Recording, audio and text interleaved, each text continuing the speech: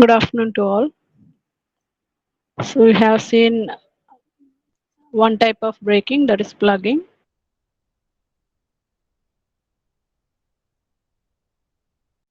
Let us discuss another type of braking, that is rheostatic braking, or we can even call it as dynamic braking. Okay. So in this method of dynamic or rheostatic braking, the armature of the electric motor is disconnected from the supply during the braking period. Okay. So the armature of the electric motor will be disconnected from the supply during the braking period, and after disconnecting from the supply, the armature is reconnected across an external resistance. Okay, so in the dynamic or rheostatic braking, the armature of the motor will be disconnected from the supply and it is reconnected across the external resistance. But the field winding of this motor will be continuously exerted from the supply in the same direction. Okay, so initially the supply current was flowing in both the field windings as well as the armature windings, but during braking period in the dynamic braking method, armature is disconnected from the supply and it is connected across the load or resistive load. Okay, we can say so, to an external resistance, but the supply is not disconnected from the field winding is not disconnected from the supply. Okay, and the supply current will be flowing through the field winding in the same direction. Okay, so now the direction of current flow in the field have not changed, but since the supply has been disconnected from the armature, okay, and since the armature is connected now across an external resistance, this motor will act as a generator during the braking period, and all the kinetic energy of the rotating parts of this motor will be converted into electrical energy and dissipated across this external resistance across which its armature has been connected. Okay, so when armature is disconnected from the supply, what will happen is this motor will start to operate as a generator during the braking period, and all the kinetic energy of these rotating parts of this machine will be converted into electrical energy and it is dissipated across the external resistance. So one of the main advantage of this dynamic braking or rheostat braking is electrical energy is not drawn from the by the motor during the braking period. Okay, so wherein in the case of plugging, we will disconnect the motor from the supply and we will reconnect in the reverse direction. Okay, the terminals of the machine are reversed and they are reconnected to the supply so that reverse current should flow through the machine. That is the case of your plugging. Okay, so the advantage of rheostatic braking when compared to plugging is that electrical energy is not drawn by this motor during the braking period. Okay, so this rheostatic braking, it can be applied to various DC and AC machines. Okay, so let us discuss this rheostatic braking which is applied to DC machines. Okay, so rheostatic braking, it can be applied to both either DC shunt motor or DC series motor by disconnecting the armature from the supply and reconnecting it across a external resistance. Okay, so when it is connected across an external resistance, what will happen is the energy is dissipated. Okay, whatever energy, the kinetic energy stored in the rotating parts is dissipated in is through this external resistance. Okay, so when energy is dissipated through this external resistance, what will happen? Motor will come to rest.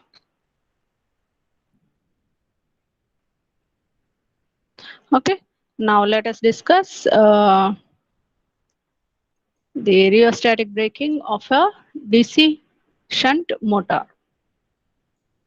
Okay, so you can see here in this image the DC shunt motor which is running under normal condition, and DC shunt motor under braking conditions. So if you observe here, the armature as well as the shunt field winding both are connected to the supply during the normal running condition, whereas during braking period, the armature, it has been disconnected from the supply and it is connected across the external resistance. Okay. So the kinetic energy when this armature is connected across this external resistance, what will happen? The kinetic energy of all the rotating parts is dissipated through this resistance R. Okay. And during this process, during the braking period, what will happen? This motor will act as a generator. Okay. So the braking that is developed in this motor, it will be proportional to the flux and the armature current. Okay. Or I can say the braking torque that is induced during the braking period in this motor will be directly proportional to the flux and armature current. So I can't write during the class, that's why I have already written somewhere.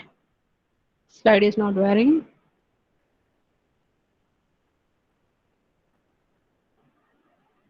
Okay, so this braking torque,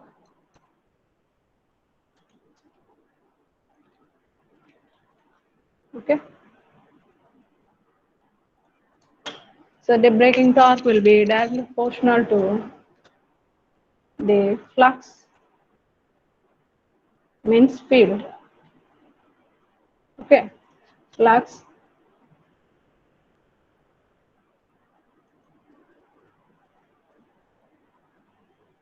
and the armature current. Okay, so it will be directly proportional to the flux and the armature current. No need to write this and. Okay, this is it. So braking torque is directly proportional to flux and armature current. For a DC shunt motor, you people might be already knowing that flux will be always constant. So the braking torque will be directly proportional to the armature current. Okay, so as the armature current varies, the braking torque will also vary. So at low speeds, braking torque will be less. And in order to maintain constant braking torque, the armature is gradually disconnected, and hence the armature current remains in the same direction, thereby maintaining uniform braking torque. Okay, this is about a DC shunt motor rheostatic braking. Now let us discuss DC series motor rheostatic braking or dynamic braking. So you can see here in this image, braking, this is the normal operating condition where this field winding which is connected in series to the arm.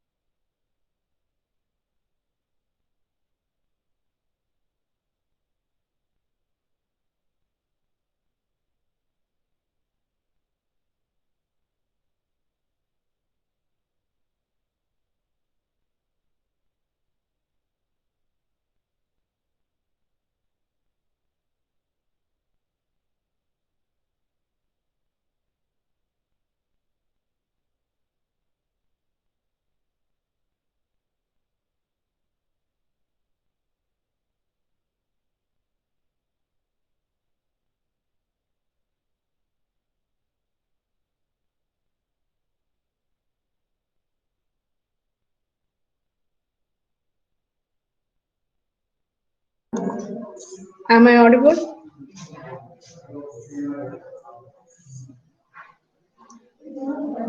Can anybody inform? Audible, ma'am.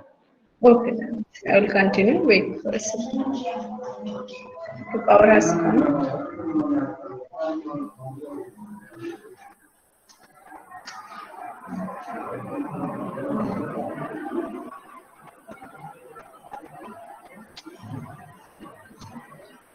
Okay. So you can see here, this is our the field winding which is connected in series to the armature. Okay. So and the current supply is given to both the field winding and the armature winding during the normal running period. Okay. So during braking period, since the field winding, series field winding, the field winding is connected in series to the armature, you have to disconnect. You can't simply disconnect only the armature. You have to disconnect both together because they are connected in series. And you have to connect both. You have to disconnect this field winding as well as armature from the supply and connect across the external resistance. So what will happen? The direction of current flowing through this field winding and the armature winding when normal supply was there, the direction of current flow was same. Okay, the direction of current flow through the field winding as well as the armature winding was same when the supply was given to both the field winding and armature winding. When supply is disconnected, okay, when the field winding and the armature winding both are connected across an external resistance. Now also the direction of current flow will remain same. It will not change. Okay, so both the field and the armature windings are connected across this resistance after being disconnected from the supply. Therefore, the current direction of both the field and the armature, okay, even if the direction of current flow is reversed, okay, both the direction will remain same. Okay, so means if the field current, the direction of current flow is opposite to this arrow mark in this field winding, and direction of current flow in the armature windings is opposite to this arrow mark direction, then also the direction of current flow in both the field winding and the armature winding remains same. Okay, they should be opposite to each other. They are not opposite to each other in this case. Okay, so due to this, what will happen? The torque that is induced here will remain in the same direction, because even after connecting an external load, okay, if the direction of current across the field winding is changed, the direction of current across the armature winding is also changed. Okay, so in both the field winding as well as the armature winding, the direction of current flow has changed, means it is in the same direction. Okay, so they are not, the direction of current flow in the field winding and the armature winding are not in opposite. Okay, they are in the same direction even after connecting across an external resistance. So the induced torque will also be in the same direction. So in order to produce the braking torque, only the direction of current in the armature has to be reversed. Okay, so in order to produce the armature torque, okay, what you have to do is you have to reverse the direction of current flow in the armature only. Okay, so it is not possible if you have only one field winding and one armature here. So in order to produce the required braking torque, okay, so you need more than one motor. Okay, so I can show you in this image. If you see in this image, there are more than one motor here. Okay, so you can see three motors with three series along with their series field windings. Okay, so these three series motors can be connected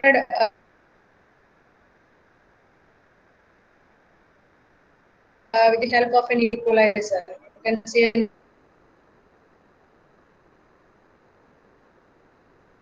equalizer. Okay, what is the purpose of an equalizer? You might have learned in a machine subject. Okay. So in this sort of connection, if one machine is excited, okay, by the armature current of another machine. Okay, if one machine field winding is excited by the armature current of another machine, okay, or one machine is excited by the armature current of another machine. Okay, so here what you are doing is you are exciting one machine due to the armature current of another machine. Okay, so because of that, braking torque is induced. Okay, so let us discuss the braking torque developed in a DC motor.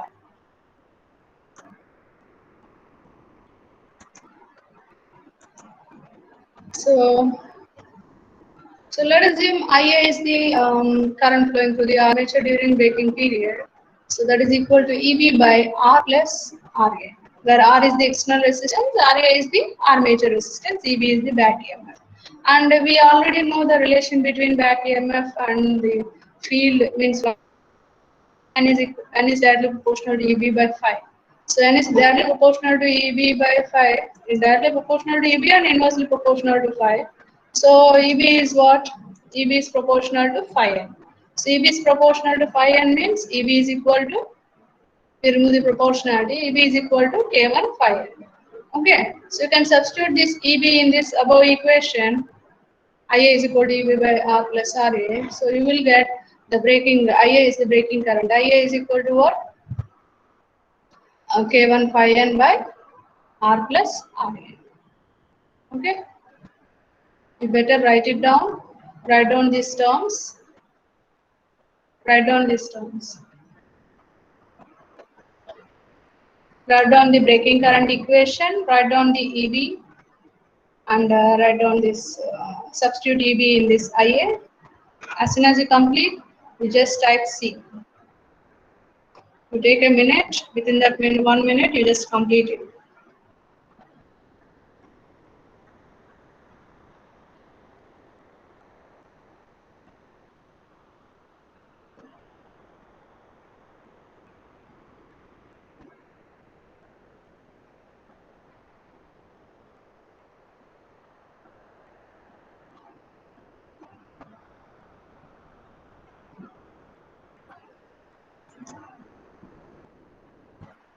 Did you complete? As soon as you complete, inform me.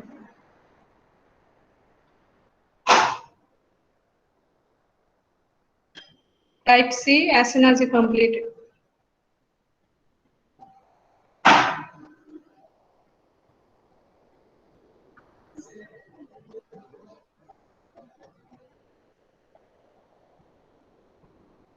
Make it fast.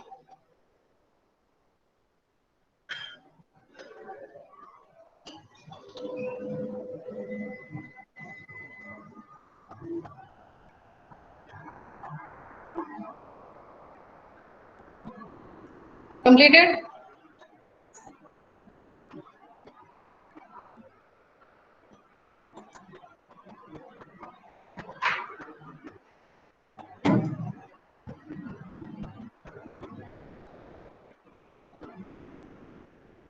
Did you complete?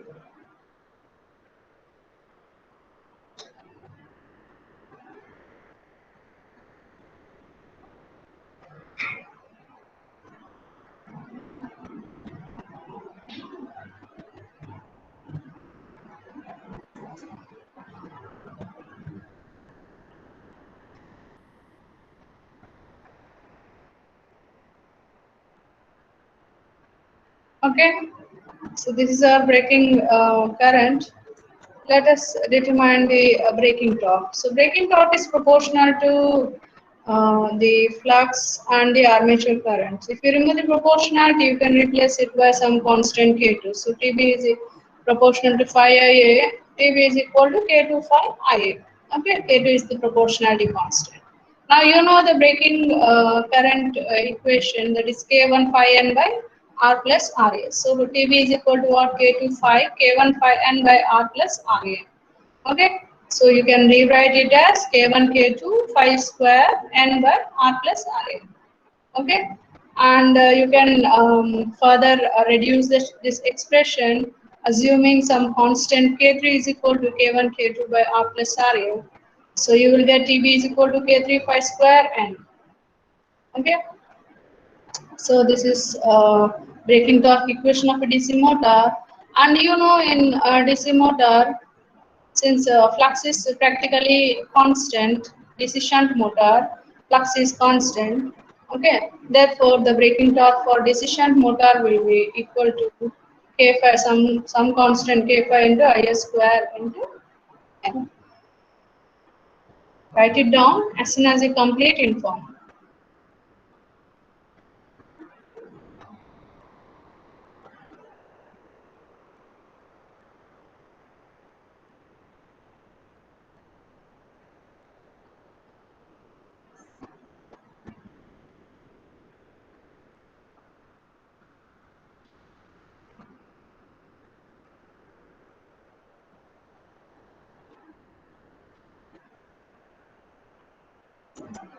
Completed?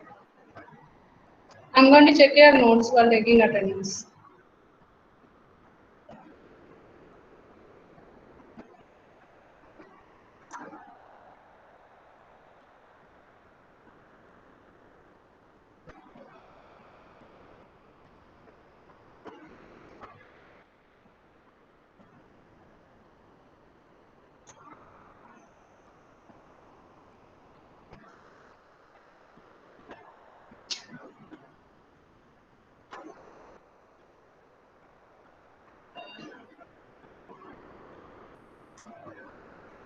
Did you complete?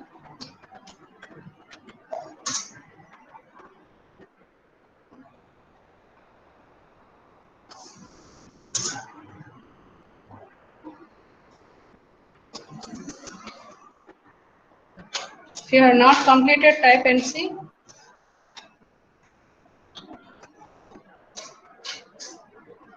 Completed. Someone has typed completed. Okay, very good. Okay. Now let us discuss. Just now we have discussed braking for DC shunt and DC series motor. Now let us discuss braking for rheostatic or dynamic braking for this induction motor. Okay. So you people already know that in induction motor, normally under running condition, okay, stator is fed from the AC supply.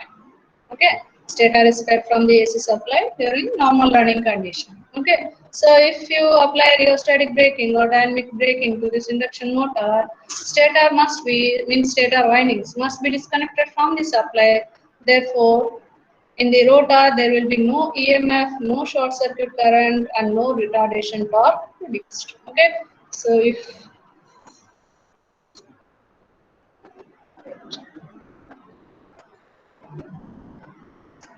okay, so if the stator is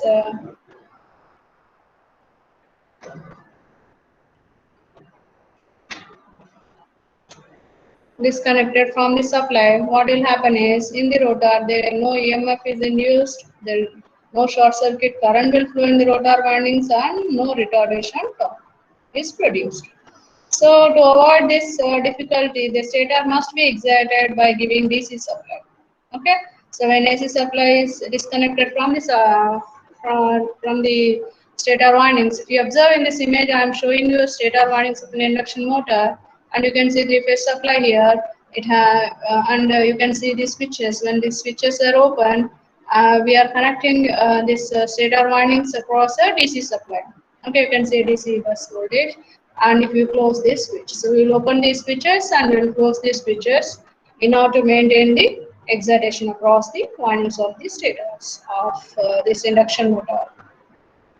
Okay, so to avoid means since if whenever you are disconnecting the stator windings from the AC supply, since there is no EMF induced in the rotor and no, there is no short circuit current and no retardation torque is produced in the rotor, therefore what we are doing is we are exciting the stator windings by giving DC supply to produce the constant air gap flux that is cut by the rotor conductors.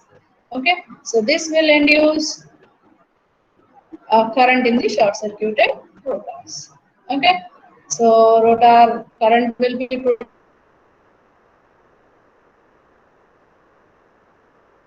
produced when the stator winding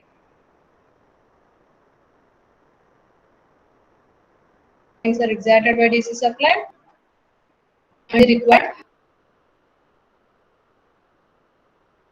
torque is nothing but the braking torque. Okay, and we can control this braking torque by controlling the excitation of or by varying rotor resistance. Okay, either by controlling the excitation that is given to your stator windings or by varying the rotor resistance, you can control the braking torque.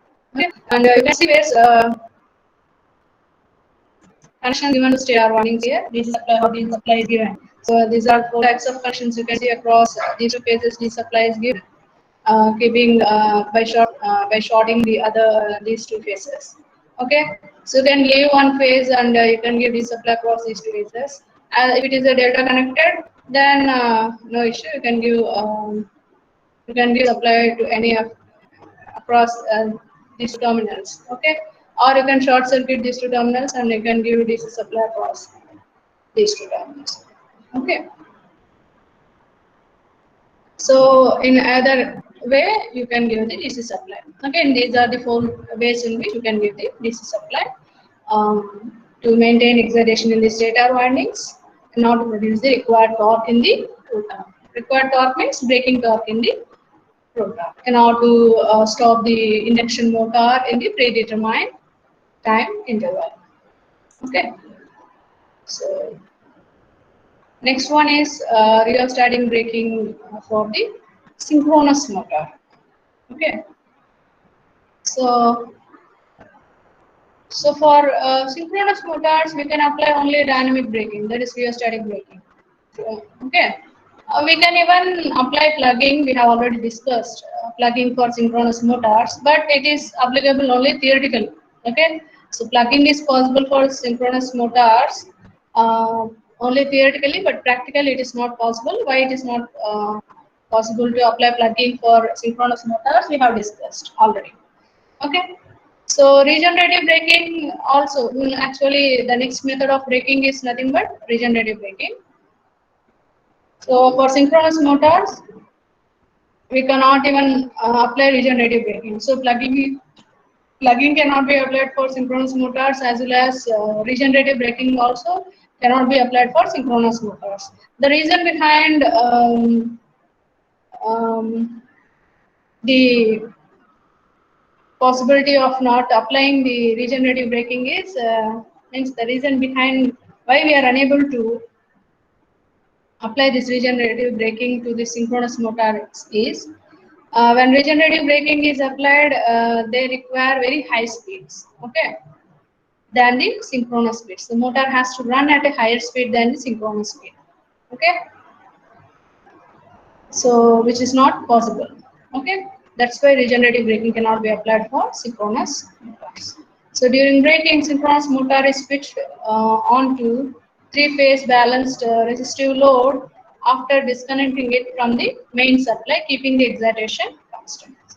Okay, so when you apply this rheostatic braking to the synchronous motors, what will happen is synchronous motor is switched to a three-phase balanced resistive load, okay, after disconnecting it from the main supply. So it is disconnected from the main supply and it is connected across a three-phase balanced resistive load. Okay. Now this when the synchronous motor is disconnected from the supply and it is connected across a three-phase balanced resistive load, what will happen is it will start to operate as a synchronous generator and energy is dissipated across the resistors. Okay. And to achieve greater braking torque, for effective braking, the excitation may be increased. Okay, if you want effective braking to achieve greater braking torque, the excitation may be increased. The terminal voltage and the current decreases as the speed decreases, and at very low speeds, the resistive effect becomes considerably very low. Okay, and the value of resistance affects the speed at which the maximum torque occurs. Okay, and it can ideally be made to occur just before stopping of the motor. So the braking current at any instant for this synchronous motor when rheostatic braking is applied is given by IB equal to E by root of R1 square plus omega Ls whole square. Okay, where R1 is the stator resistance per phase, and Ls is the synchronous inductance per phase. Okay, E is the induced voltage. Okay, so E is the induced voltage, which is given by omega LAF IF by root 2. Okay, LAF is the mutual inductance. This LAF is the mutual inductance between the armature and the field, and IF is the field current. Okay, so if you know all these terms, you can determine the braking torque. That is given by 3I. Right. Okay, which is given by 3IB square R1 by omega. You know IB means the braking current, R1 is the stator resistance per phase. Okay, so you can rewrite this expression if you substitute this IB here and you just consider all the constant, replace all the constant terms by K, then TB will be equal to, means braking torque will be equal to K into omega by R1 square plus omega Ls.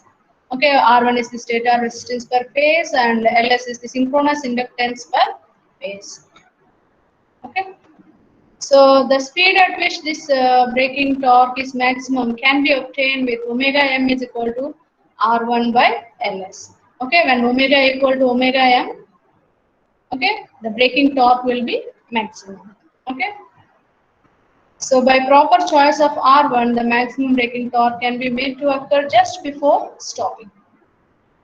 Okay, so you can get the maximum braking torque just before stopping by proper choice of R1. R1 is what? Stator resistance per phase.